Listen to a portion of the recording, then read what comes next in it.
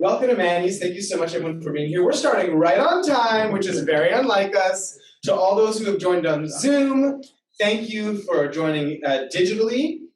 We're going to keep it real tight tonight because we have two programs. We have our pandemic story time after this, so we have one after another. And we're really lucky to have the San Francisco Public Health Officer with us here today, so we want to be very valuable to her time. But before we do that, I just want to quickly tell folks who are here for the first time where you are right now. For those who don't know about Manny's, I see a lot of familiar faces. But Manny's is a physical, civic, and political gathering space. We do events around politics, social justice, news, and a lot of arts and culture as well. Real quick, this week we have this event, and then we have story time tonight as well. Tomorrow we have a recap of the 2020 election with the founder of Tech for Campaigns. On Thursday, we likely have a conversation with a Supreme Court expert on the SCOTUS rulings. And then this weekend, we have a comedy show at 7:30 on Saturday night. At 10 o'clock, we have one of what will be a weekly phone bank for Governor Newsom to make sure he doesn't get recalled, okay? So just so you're clear. And then Sunday, we have our fourth of our weekly installment of free live jazz for the community. Every Sunday from 3 to 6 p.m. for free. We have an amazing artist this weekend, so please come, have a glass of wine, and enjoy Sunday jazz at Manny's. And then I just want to say two more things. We are about to announce two new series at Manny's. One is called What We Learned, and it starts next week with Mayor Breed on Wednesday. So we have about 35 different events over the next 2 months with leaders from all across the city about what we learned over the last 15 months. And then we have a series called Black Leadership, where we have 7 of some of the nation's most well-known Black leaders, including Raphael Warnock, who's the senator of Georgia, and the second most powerful man in Congress, Representative Hakeem Jeffries, who's the chair of the Democratic Caucus. He'll be coming on August 19th. So stay tuned for all that. You can find all of our events on welcometomannys.com. Now, I'd like to welcome to the stage the San Francisco Public Health Officer, Dr. Susan Phillip.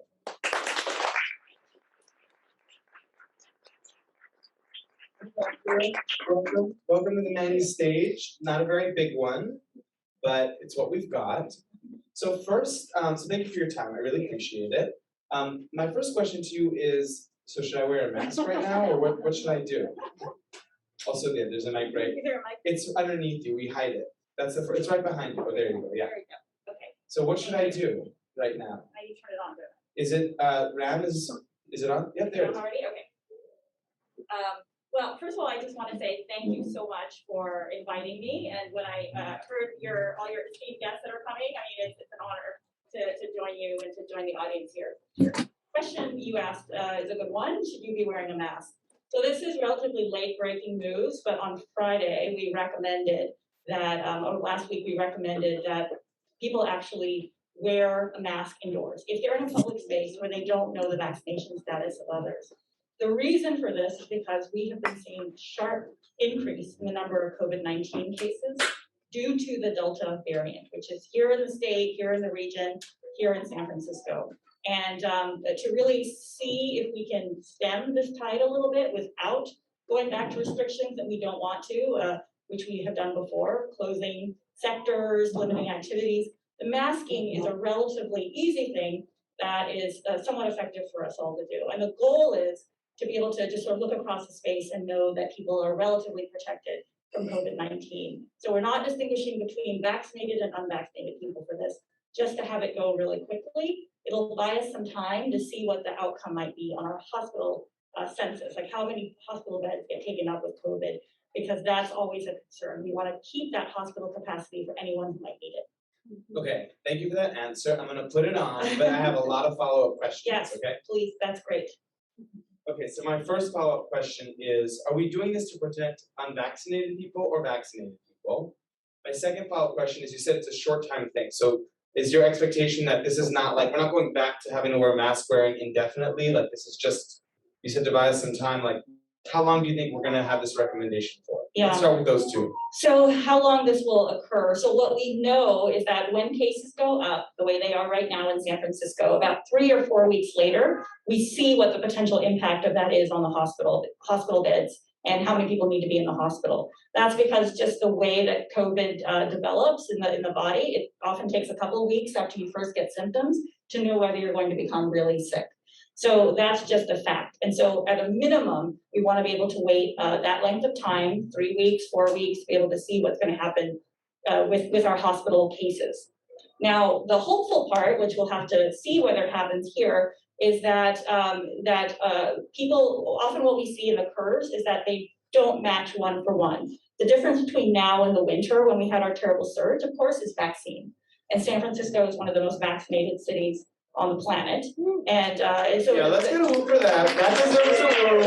I heard a whoop for that. Thank you. The city has done an amazing job. I mean, this is the work of every San Franciscan who has stepped up and gotten vaccine, and it has saved their own health and their own lives, but also collectively, it's given us a level of protection of the city for the city. But what we know is that this Delta variant is so transmissible. It is about twice or more transmissible than the original form of COVID. If people are unvaccinated now, it will find them.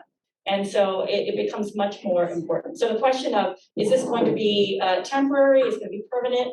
I think the data are going to have to tell us. So as we have done throughout this whole pandemic in San Francisco, we will look to see what the data show about cases, about hospitalizations, and then we will have to decide what we might need to do. I'm hopeful, but this virus, is very has been tricky the whole time, and we'll need to look at the actual data in San Francisco to know what next steps might have to be. Got it. Thank you for that thorough answer. So that answers my second question. To my first question, what some folks have been saying is like, why are we doing this to protect people who are unvaccinated? Like, shouldn't they have gotten a vaccine already? It's free. It's easy to get. We know that there's vaccine hesitancy, and then there's like that anti-vaxxers. And then there's kids, right? So there's like those are like the three. I don't know. Maybe you can help us understand. Like, one, is this worry about its effect on unvaccinated people or vaccinated people? And then can you dispel a few rumors about kind of what the unvaccinated population actually means? So those are good questions. There's a lot there. So you prompt me if I don't answer all of it right away. But what I would say is that this is a step. Masking for everyone, whether you're vaccinated or not, is a step that we can do relatively quickly, that we can be very uniform, and we know it can have an impact on bringing case rates down. And so it'll buy us that time I was talking about to see what's going on. Now, your question of who is actually protected by the masks, well, when you think about who's going to get very sick and die, it's the unvaccinated population. And then that gets the next branch of your question about, okay, so who is it that this is for? And I think it's really important to keep remembering that there are a whole group of people, kids, as you mentioned, that are under age 12 that are not eligible yet for vaccine. So bringing down the entire case rate in the city, or tamping the increase down is really important to try to protect those people, those kids. But also there are some adults who have compromised immune systems or other reasons why they have gotten vaccinated, but they may not get the full benefit of the vaccine that someone without those health conditions could get. Certainly, there might be some people who are anti-vax for reasons that are known only to them. We also know in San Francisco and across the country and the state that there are populations of people, particularly communities of color, that have have suffered at the hands of public health, of government, and rightfully have some mistrust of something like a vaccine. So that requires engagement, deliberate engagement, letting community lead, taking different approaches, and that may not work for those communities to say, there's your mass vaccination site, get in your car, go there, get the vaccine, for multiple reasons, right? They may not have a car, they may not feel that is a trustworthy place.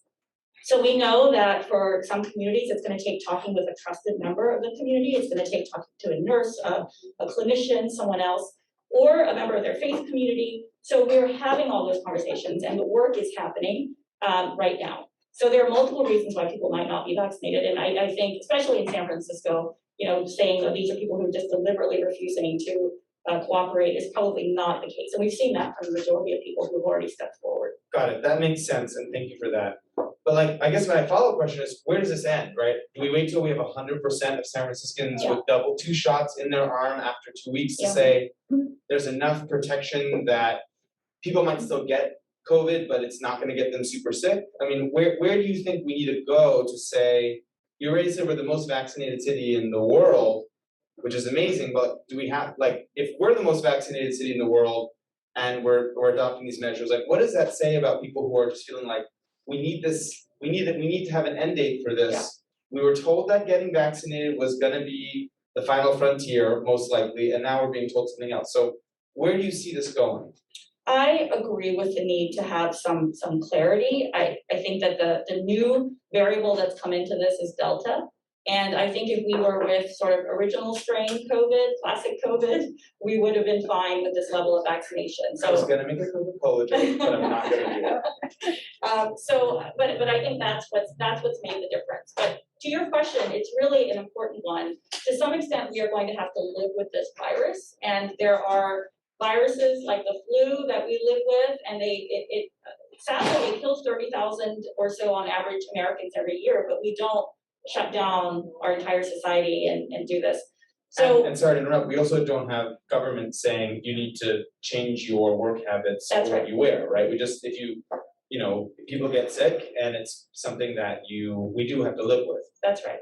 So we will come to a point where we are living with COVID. I think that part of the thinking now is that there isn't a vaccine eligible for everyone. And so there is that need to still, especially for kids, protect the kids that can't protect themselves. And so I do think that we will see an evolution as we look at these next set of data. I have a lot of confidence in the vaccine to keep our hospital systems open and available. We don't want to see what happened, right? It never happened in San Francisco. This is all to the credit of San Franciscans, what we saw happen in Italy and then in New York. And when things like that happen, we don't have our hospitals available for motor vehicle traumas, for heart attacks. It's not just COVID. No one can get taken care of. So, we want to see that decoupling. We want to see that the cases don't lead to an increase in hospitalizations.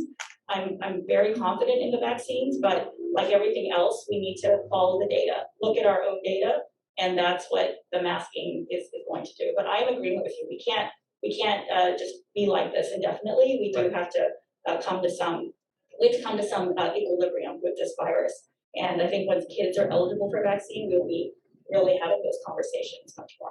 Got it. So just to summarize, if we don't see a big spike in hospitalizations over the next 3 to 4 weeks, then maybe that data would allow your department to figure out whether we need to have further restrictions or not. Is that what I'm hearing? That's one of the major things we'll be looking at. And in the meantime, it's also buying us time to have these new conversations around the Delta variant and continue doing the equity work, but adding in this message of relative urgency and allowing people to still make the choice. People can choose whether to be vaccinated or not vaccinated, but we want to make sure they have all the information and the ability that they need to make the decision for themselves and their families.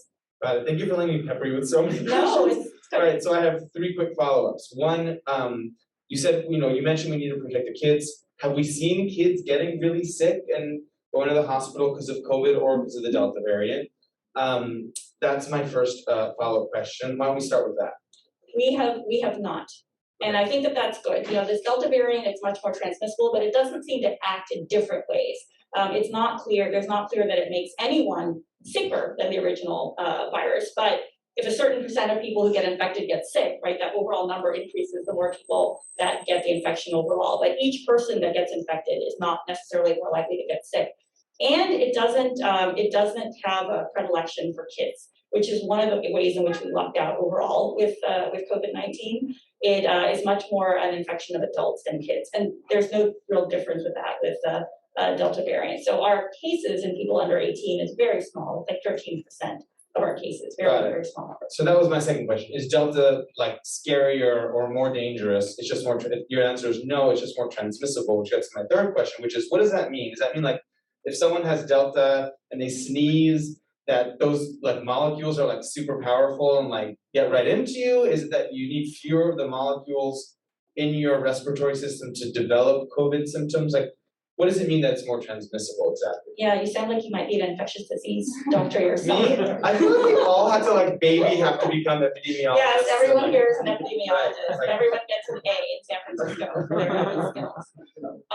So what I would say is that it's probably some combination of all of that, of maybe not clearing as quickly from someone who is infected and maybe making a load of the viral particles. So multiple reasons can contribute to that. But on average, it's good that it doesn't make each individual person sicker than otherwise would happen. There's been one study in Scotland that says maybe it does, but then others that are equivocal. We also can look ahead to what's happened in the UK and in Israel, because they have the Delta variant as predominant, and they're a few weeks ahead of us, weeks to months ahead of us. And what's going on? Well, what we're seeing there is that there is this change where their cases are going up, but their hospitalizations, although they're going up, are not going up as quickly.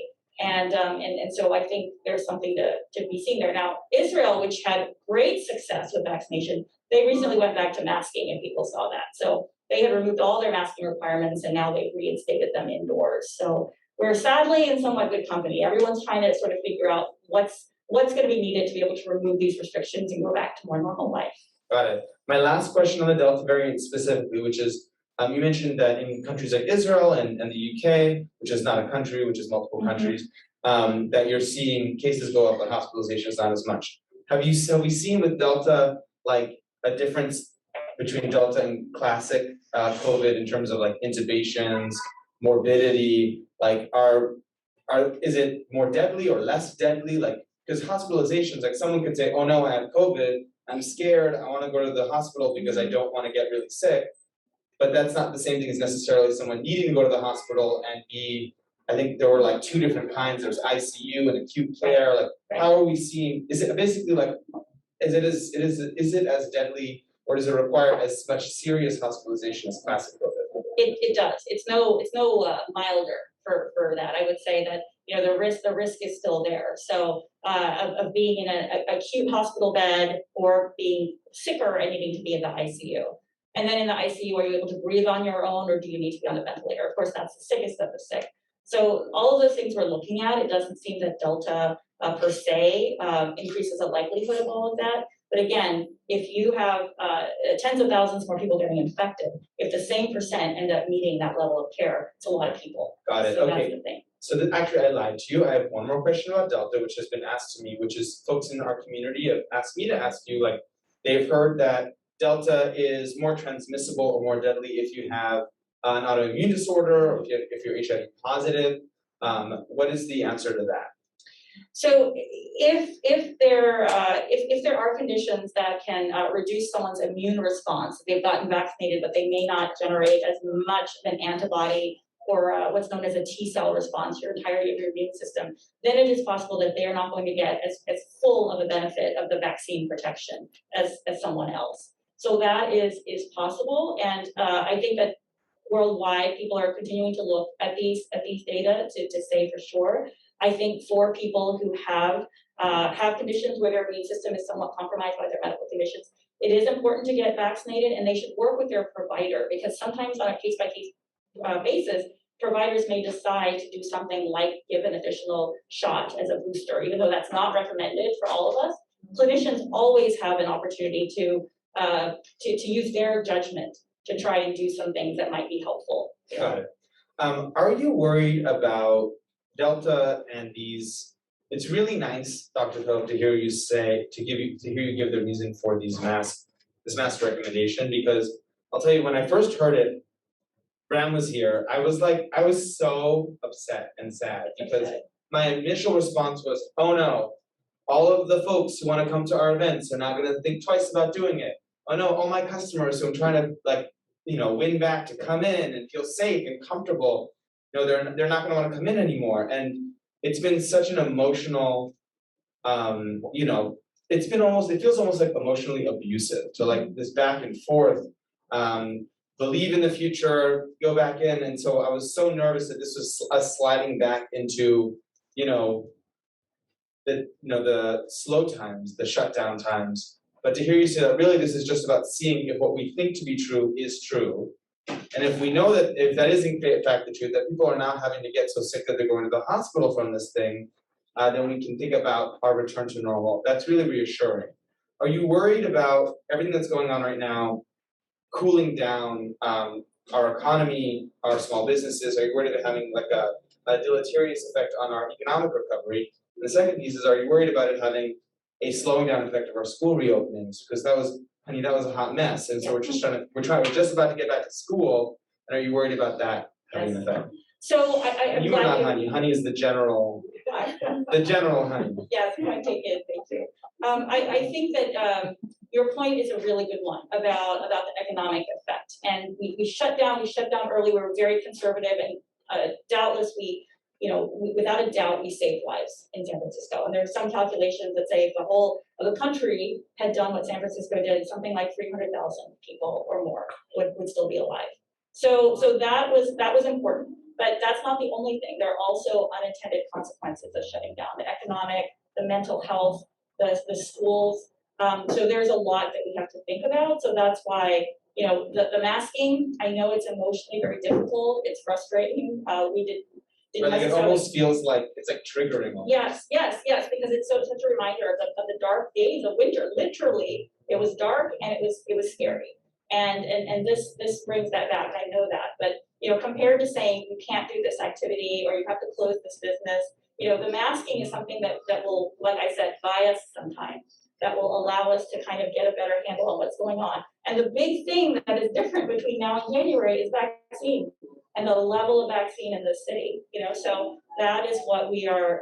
That is really what we're banking on. I think it's the right thing to bank on. But again, we want to be cautious in the beginning, and then sort of ease up, because that's really our goal. And even though I'm telling you that that's what I would like to do, I can't promise 100% that that's what will happen, because again, we have to look at the data. This virus does what it's evolved to do, and we have to be smarter than it, and we also have to protect the vulnerable, the children. Can I say one more thing about kids? We're going to get to schools. Absolutely. What we have seen from our data is that the risk to kids is not in their classrooms, it's not from other kids, it's not from their teachers. Where kids get infected is when there's an adult in their life, particularly in their household, who's not vaccinated. So that's the message that we've been trying to get out. It's really that level of exposure for kids, not playing with other kids, not going to school. So school reopening has been a major focus of mine for months. So as a health officer, I'm able to issue health orders, which are law. I have authority from the state to do that. Every county has a health officer, and some cities do as well. And since we're both, that's my role. But I am not able to write an order that says all schools have to reopen. So it is more a matter of how can we support all the schools to have the information, the resources that they need. How can we help parents feel confident in sending their kids back to school? Because I am still convinced that we can do this safely this school year. And one of the reasons that I'm so convinced is that in the height of the pandemic in the winter, we had schools that were open. We didn't have our USB schools open, but we had other schools open. And there were less than 5 cases of in-school transmission that occurred among 48,000 during this entire school year, 48,000 students and teachers. And it's amazing. I mean, the schools did an amazing job. Everyone did a really great job. And I think we can feel confident having them come back. And that is the goal, because there is too much at risk for kids' educational status, for their mental health, and we can't afford to let kids fall behind in that way. It's a health issue as much as an educational issue. You're great. I feel like I'm learning so much so quickly. We can round the applause up here. We're gonna have some more minutes, and then we're gonna get to audience questions, as well as digital questions. So you took over this position in the middle of the pandemic, right? I did, but I've been here since the beginning. So what were you doing credibility. before you became the public health officer? And then tell us what it was like being handed the baton in the middle of a global pandemic. Yeah, well, I have been part of this since the beginning. January 21st of 2020, it was seared in my brain that we activated our first small department operations center. I was a deputy health officer before this. My background is in adult infectious diseases. I trained at UCSF. I've been in the health department since 2005. My background and my training has been in STD and HIV. So that's where I really got my chops and started working with community and doing public health. And then since then, I've had different positions, and then most recently deputy health officer. Awesome. And tell me about the moment where you became the public health officer and you realized that now it was on your shoulders to make law, right? Because a lot of people don't realize that over the last, today still, and over the last 15 months, our public health officer has pretty much exclusive authority to issue health orders that require things to happen. You don't need supervisorial permission or even mayoral permission. I mean, you can do it. you have autonomy. So what was that? What was that? What was that feeling like for you? And how has it felt to bear that burden on your shoulders over the last, I guess it's been like 8 or 9 months? Yes, thank you. And I believe that you spoke with Dr. Aragon at one point, who was the former health officer. I did. I interviewed your predecessor. That's yes. wonderful. And he is now at the California Department of Public Health as the director there and the health officer for the entire state. So we're really fortunate that some of those San Francisco values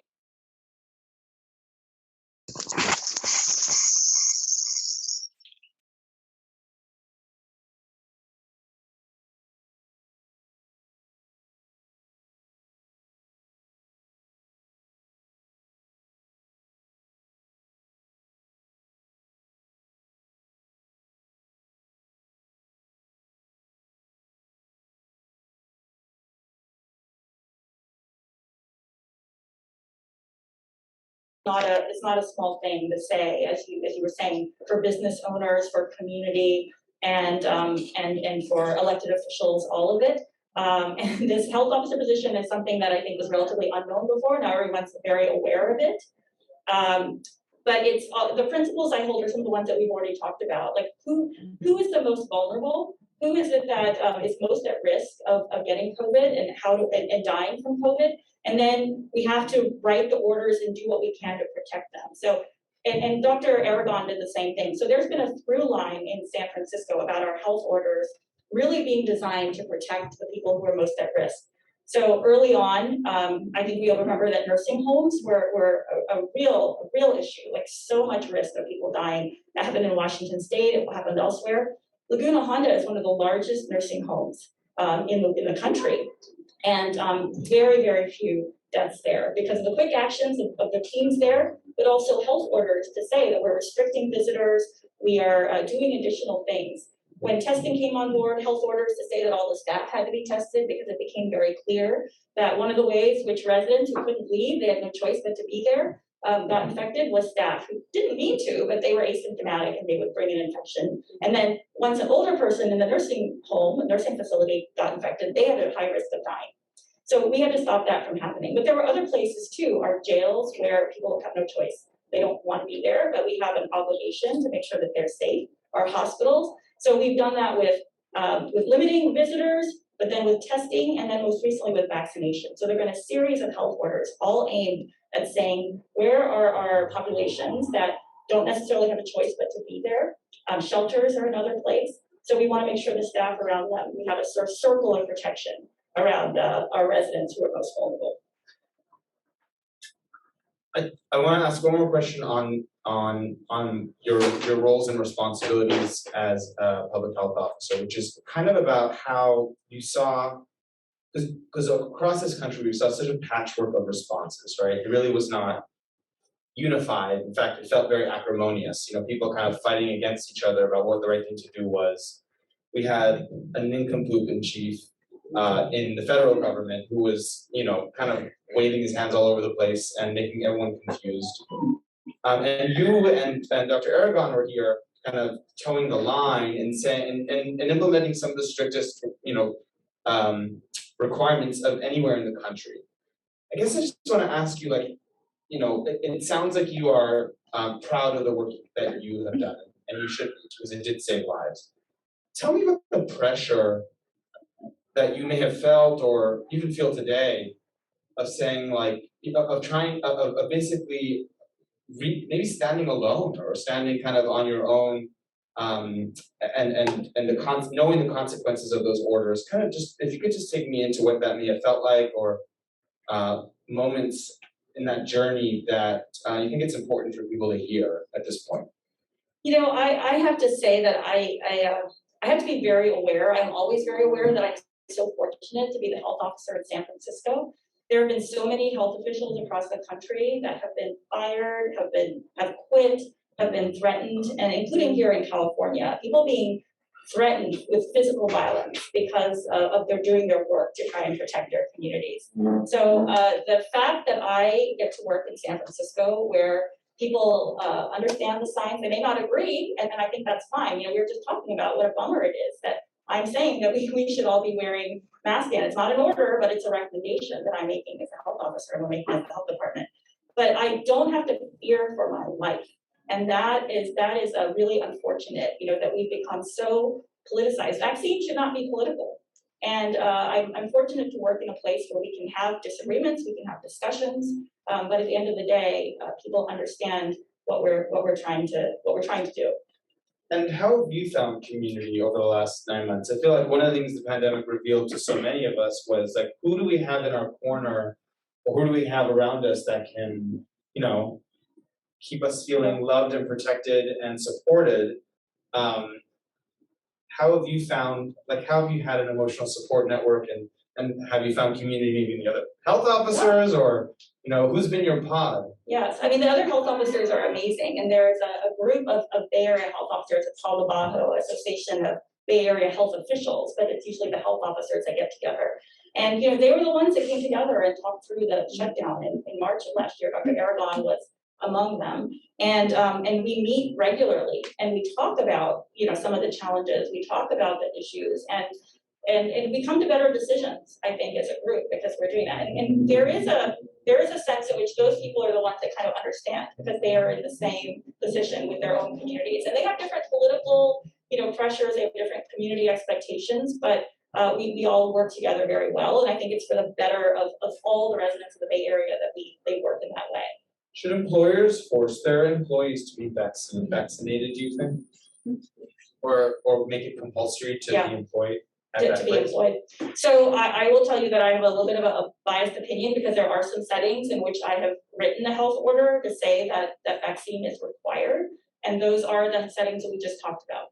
So I feel very strongly that we have an obligation, that the staff have an obligation to protect the public that they are serving in those settings. So in the jails, in the hospitals, in skilled nursing facilities, in our shelters, those staff are going to be required to get vaccinated by September 15th.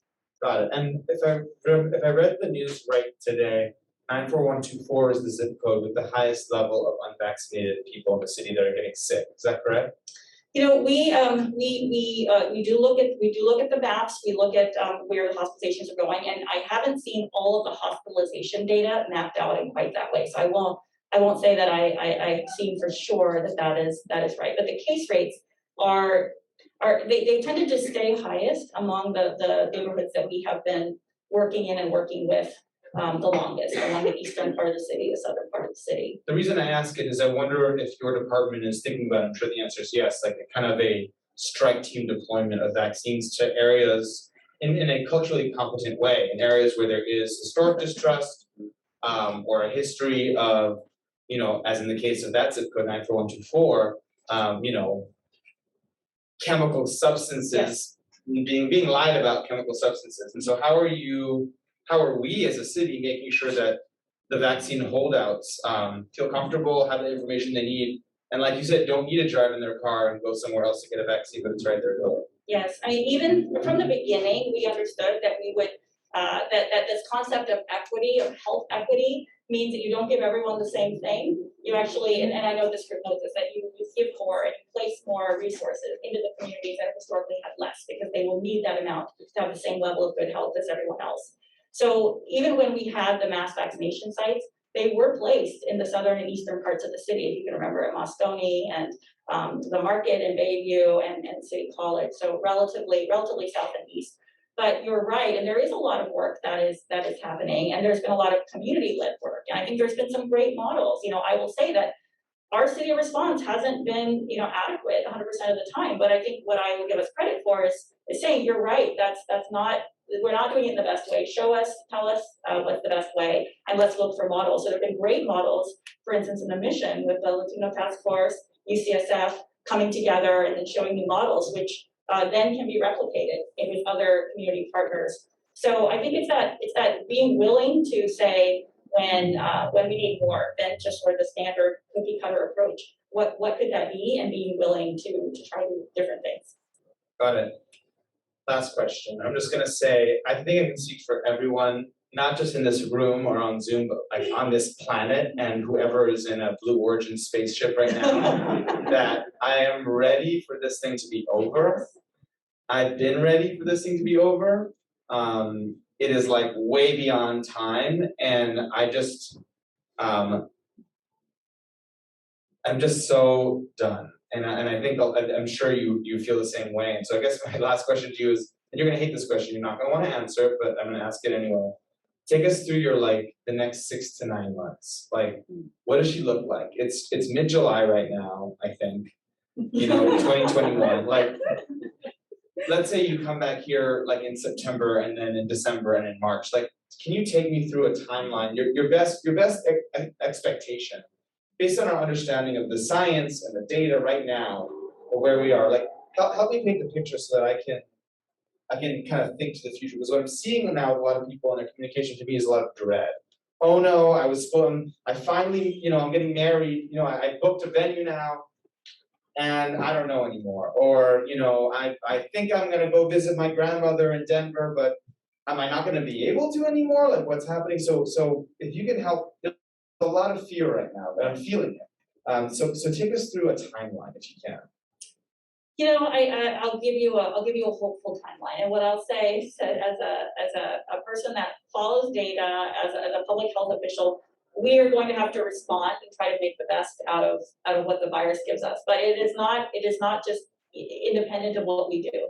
It's not completely out of our hands, which is why, although it's annoying, I appreciate people understanding the mask thing, Tobias, a little bit of time. And the main thing is vaccine. So again, working with community. So what I think I'd like to be able to come back and say is, yeah, we it took a lot of work and a lot of partnerships, but we got all the kids back in school, and we did that safely, and we know how to do it, and that's going pretty well. That there is still a lot of resources that we are putting into communities that are relatively under-vaccinated to work with them and for them to have that happen. So that's all happening, but you know what? We didn't have to close anything again. We're keeping things open. COVID isn't gone away, but we're figuring out how to live in some type of a balance with it. And in 5 years, 10 years, I think we will just potentially get our COVID vaccine. We'll know by then how often we have to have it. Could it ever be formulated with our flu vaccine so that we get them all together? Maybe. I think when the projections go out, we do something called modeling, which is we look at the data and then we kind of see what we think is going to happen with the hospitalizations and cases. And the truth is always, the thing is that the further out you go, the fuzzier your model is. So it's pretty good in the short term. And you asked about coping. One of the ways that I cope is that I think in short-term increments. And so this is a good exercise. I appreciate the opportunity, but I don't often think, what's going to happen in 2 years. But I think, what do I want to see happen in 2 years? What's the ideal state for San Francisco? And then I try to take the steps now to work towards that. See, I think back to the different epochs of the pandemic based on what I was drinking at the time. So there was my gin and tonic phase. There was my bootstrap in Forest Park phase. There was my brown liquor. No, that's totally not true. Okay, let's go to audience questions. Just raise your hand. I'm going to call on you, and then if you don't mind, I'll just repeat your question for those who are tuning in digitally in case you can't hear. Go ahead.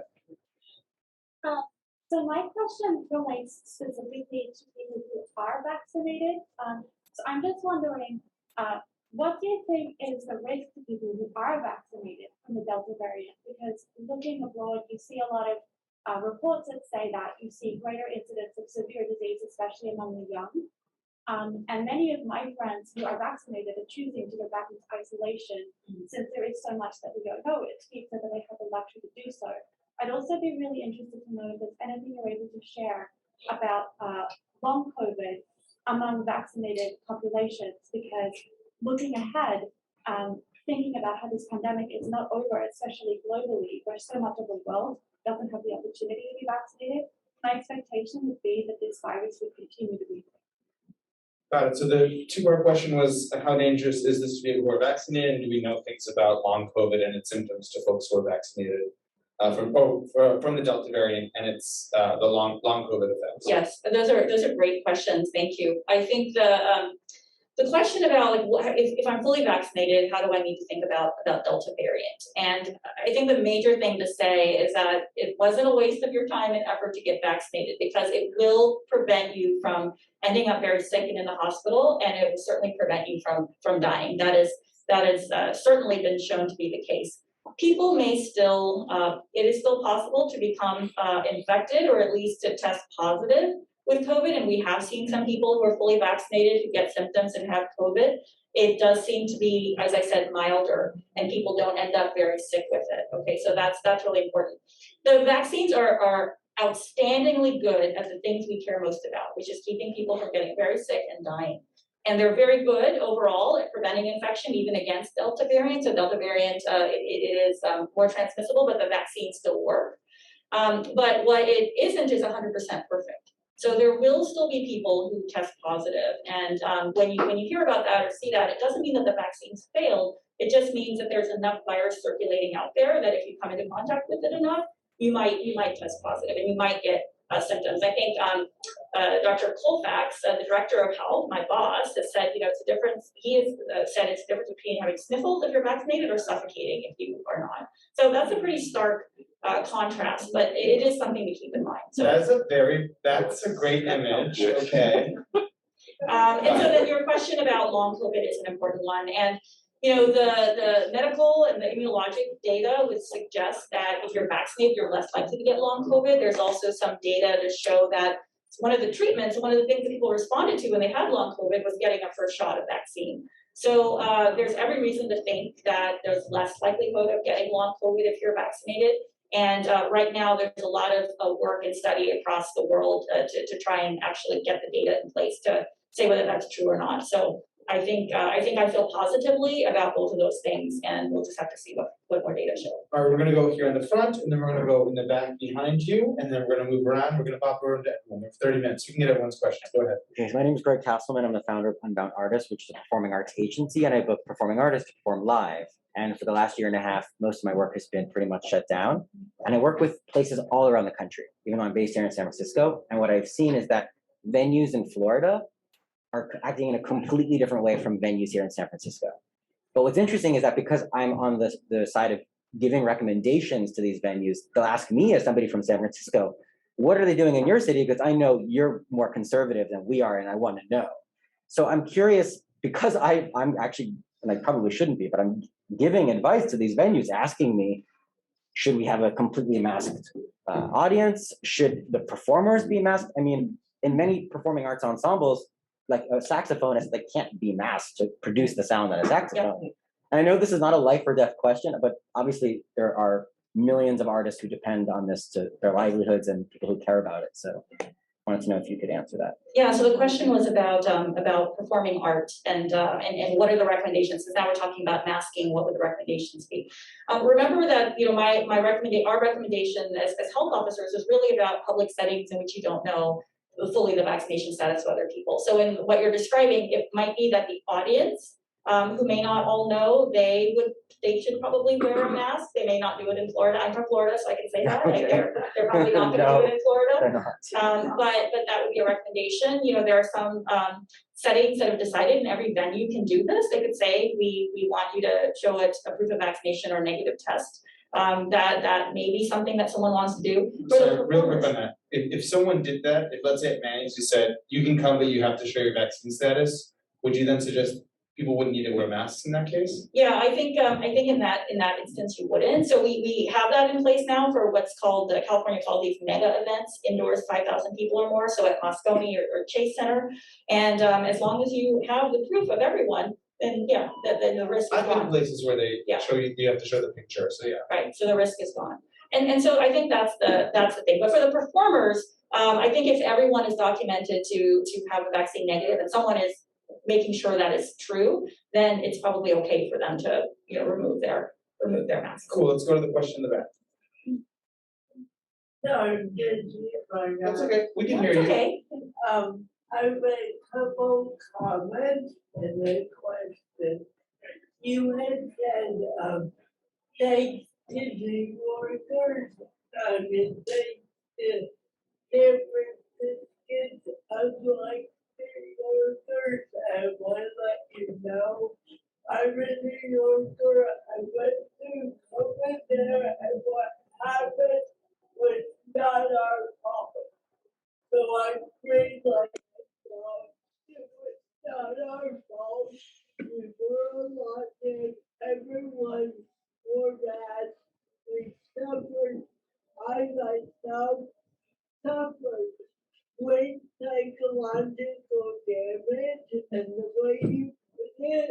may sound like we did something wrong and we did not. You don't live in a city that's compact and secure. You don't have as many people. You don't have people living on top of each other. You might not have families living into an environment. And so that the second thing is you brought up Israel, and I'm very impressed with Iceland, and I happen to know Israel, quote unquote, did such a good job because Pfizer gets us the vaccine for free. They were part of a study in which they got the vaccine for free. People don't know that. And the third thing is, my third thing, that's the work I believe they do, but you point to some specific scientific data that they do help. I do believe in what I did not convince people and they don't believe their scientific data. Got it. Thank you for all those. The question at the end was, can you point to scientific studies that show that masks actually do work? You know, there have been studies earlier on in the pandemic that really showed that masking in settings, it made a difference. And when we didn't have vaccine, the settings that did consistently have masks, or where those were required, had less transmission. So there are studies that have shown that as well. But I don't have the specific citations to give you, but there have been. I also want to mention that, you know, my intention was not to say that the people of New York did anything that was wrong, and certainly I understand the density. San Francisco is also a very dense city. So again, no offense was meant. It really was just the outcome that we were trying to see if we could avoid here. All right, let's go to this side of the room because we've been on that side. Let's try 3 rapid questions. Why don't we ask you to ask your question, and then we'll see if Dr. Phil, because she's clearly a genius, can answer them all in rapid succession. How about we go you, then you, then you? Yeah, I've been doing weekly tests for almost a year now, just to monitor the situation after I'll catch an asymptomatic thing. Conditions change. I've been vaccinated since May. I've still been doing a test. I had a negative test this morning, even though going to Florida for 2 weeks a while ago. It's weird that what's the CDC says, vaccinated people do not have to test with your recommendation on testing if you're vaccinated, breakthroughs, etc. Got it. Let's go to the next question.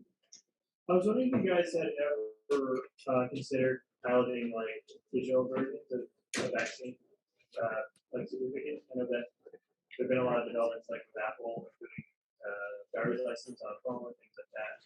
I don't know if that's possible, but Great, and go ahead, sir. yeah. So before the lifting of COVID restrictions, here's approach provides very clear guidance of what to expect with regards to restrictions based on risk level. And I was wondering with the increase in caseload, if there's any intention of putting that system up. Given these metrics, we will go back to these restrictions. Based on infection rate and earlier in the counties would be appropriate here. So I'm wondering what sort of metrics would be the best. Great, 3 great questions. I'm going to quickly repeat them. If you're vaccinated, what's your recommendation on testing? Should we still get regular testing all the time? Second question was, are we exploring digital vaccine passports in some capacity, or some kind of way to quickly digitally show that you have a vaccination? And we kind of got to this point through a tiered system where restrictions were implemented based on certain data points. Are you thinking that we're going to go back to a tiered system in some case with the cases that are going up? Okay, great, thank you. The question about, if you're vaccinated, should you test? CDC says, as you mentioned, that you should not. Their recommendation is not to test regularly. I actually agree with that. We've removed a lot of our recommendations previously for people to test, and now it's based on your vaccination status.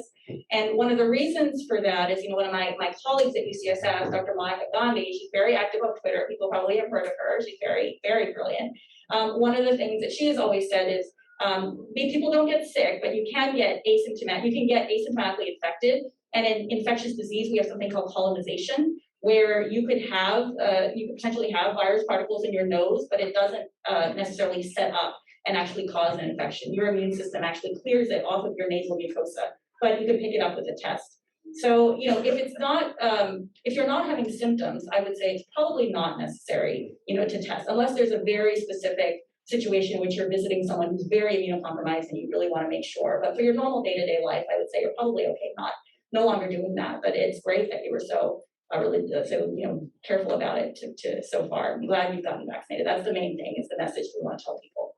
The question about, vaccine passes. So the state does have, I don't know if people have known this or accessed it. They have a way that you can get your vaccine information from their registry. And I have to say, I don't have the URL like in my head exactly what that is. But if you Google COVID vaccine California mobile, you'll probably be able to see it. Now, it's not as fancy as an app that would flash a color, like if you're going in to an event and it shows you green and you're good to go. The state has not come up with something like that, and nationally, as opposed to other countries, the US is not doing something like that either. But it's helpful to know that you think that might be helpful in some situations in San Francisco. I'm not sure that we would develop something like that. But if we ever got to a point of needing to understand in a higher risk setting who's vaccinated and who's not, that would be a good way to go. The question about the tiers, the previous tiers were statewide, and we're hearing that it's not likely that the state is going to go back to doing something like that, like tiers.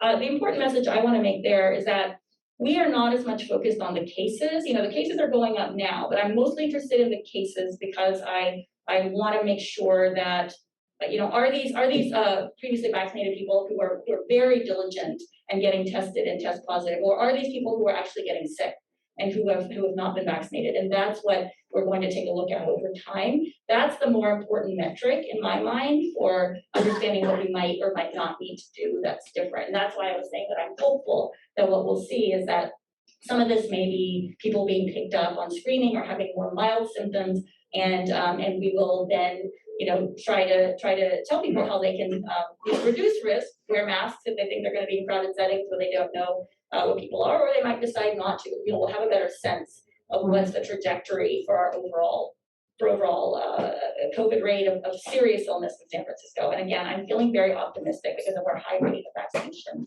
that will be okay and will not require going back to restricted activities. Great, we have 2 questions from the Zoom, and then we're gonna go back to this side of the room. We've got about 6 minutes left, so Ron, can you read it quickly? Yes. And we'll try to get them answered. Okay, one of them is gonna be, Ron, come back to you, Ron. do you foresee Okay.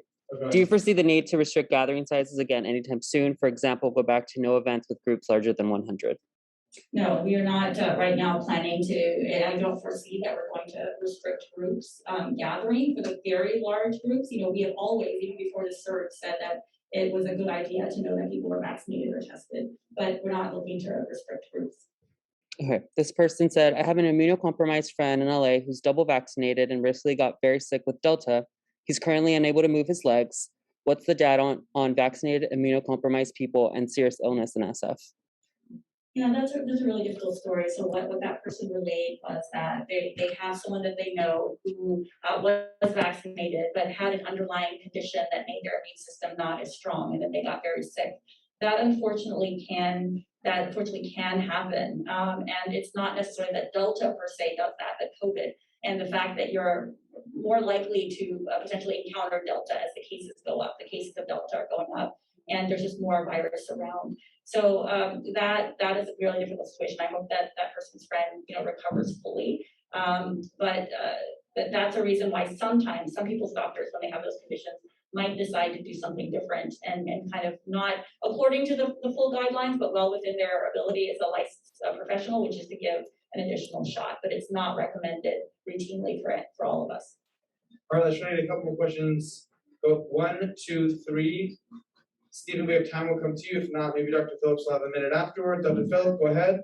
Just a simple question. I've been using your rubbing alcohol on my personal phone after every time I come back home. So is this affected? Okay. Great, got that. Next one over here.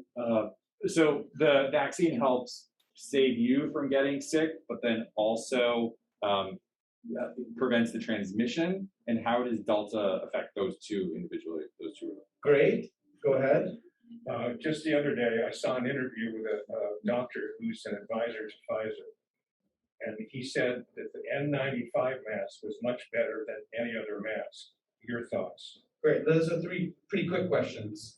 Yeah, so the question, thank you, about wiping things down with alcohol. So at the very beginning, right, we were doing that with our groceries, with our boxes that were getting delivered, with everything. What we learned through this is that surfaces are not as big of a risk. It's always good to have good hand hygiene, but I think you'll be okay without having to wipe everything down. The main risk is in person-to-person transmission through aerosols.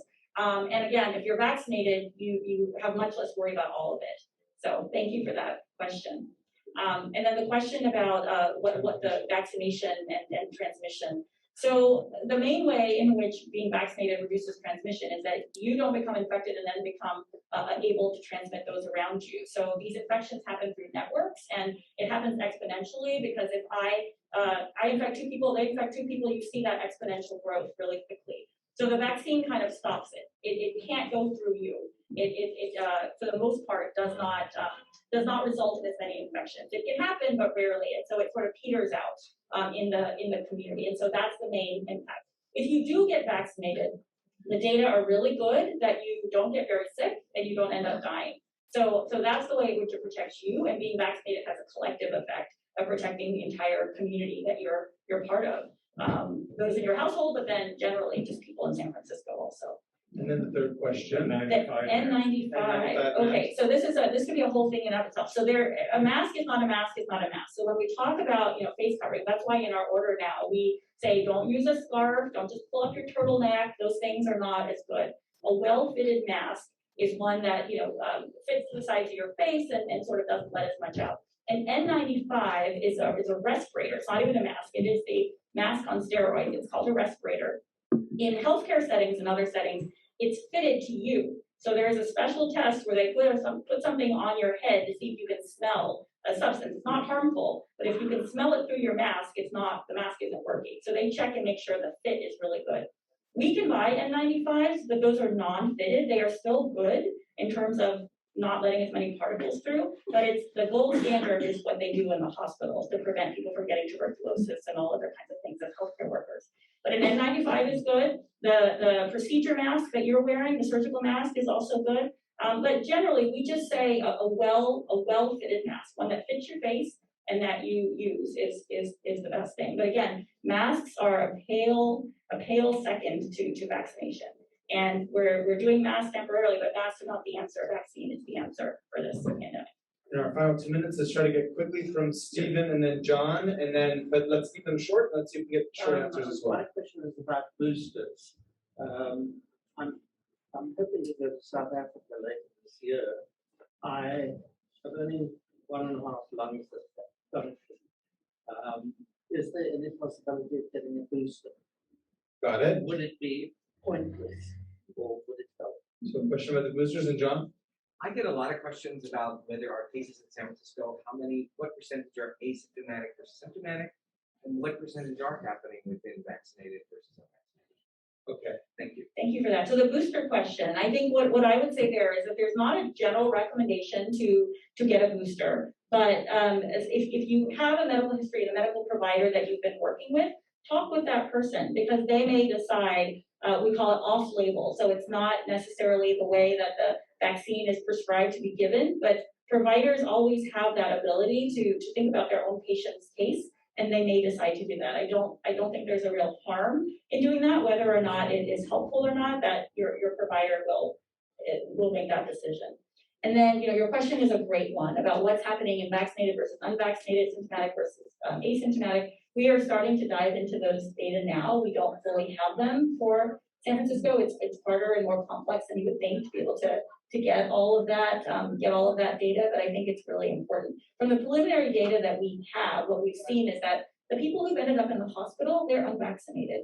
I mean, almost uniformly, who have been sick and symptomatic with COVID.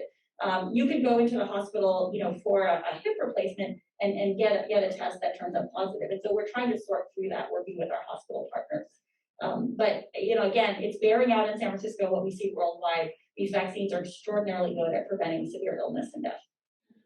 And that was an hour, you guys. So let's give a round of applause to Dr. Phil Franson.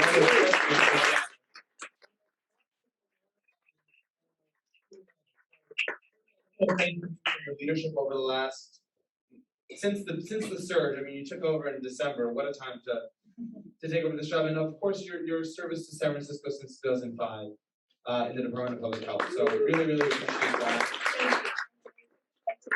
Thank you for your good questions, and thank you for everything that everyone's doing collectively to keep San Francisco healthy. I will use this as an opportunity to lobby you very quickly, which is if it comes time for you to make decisions about whether or not we should be forcing places to require proof of vaccination or COVID tests versus restricting what places can actually do. I'll just say that we need to have an opportunity to recover. And if it's all the same in terms of safety, I think a lot of establishments would be more comfortable just requiring people show that they've been vaccinated, since 90% of us have been vaccinated at this point, versus going back to a time where everyone had to change all their behaviors, their actions, and what we can do. So that's my piece of lobbying. I think it's the right thing to do. For those of you who are not a Manny sponsor in the audience, it's $36 a month, and it's what allows us to do this work. We're funded by individual sponsors for the most part. That's what allowed us to survive the pandemic. So this is my entreaty to you to become a sponsor. I see some folks in the audience who are, and it's what saved us. So if you go to welcome-to-mannys.com or find Ram or I afterwards, we can sign you up to become a sponsor. It would really mean a lot to our sustainability and our future to be able to do this. We have a lot of events. The reason why we're kind of quick tonight is we do have a story time. We're doing a monthly story time where folks can come to this stage and tell their story and get them something off their chest. So we want to do a quick turnaround for that. And finally, I just want to thank Ram for running our Zoom, and Lisa and Jenna who are at the front bar who served you drinks if you bought drinks. We have a nonprofit restaurant at Manny's called Farming Hope that hires and trains formerly homeless or formerly incarcerated individuals. It's one of the few nonprofit restaurants in San Francisco, so thanks for supporting them. Thanks for supporting each other. Let's stay safe. Let's hope I never have to talk to you again. And we'll see you soon. Bye, everyone.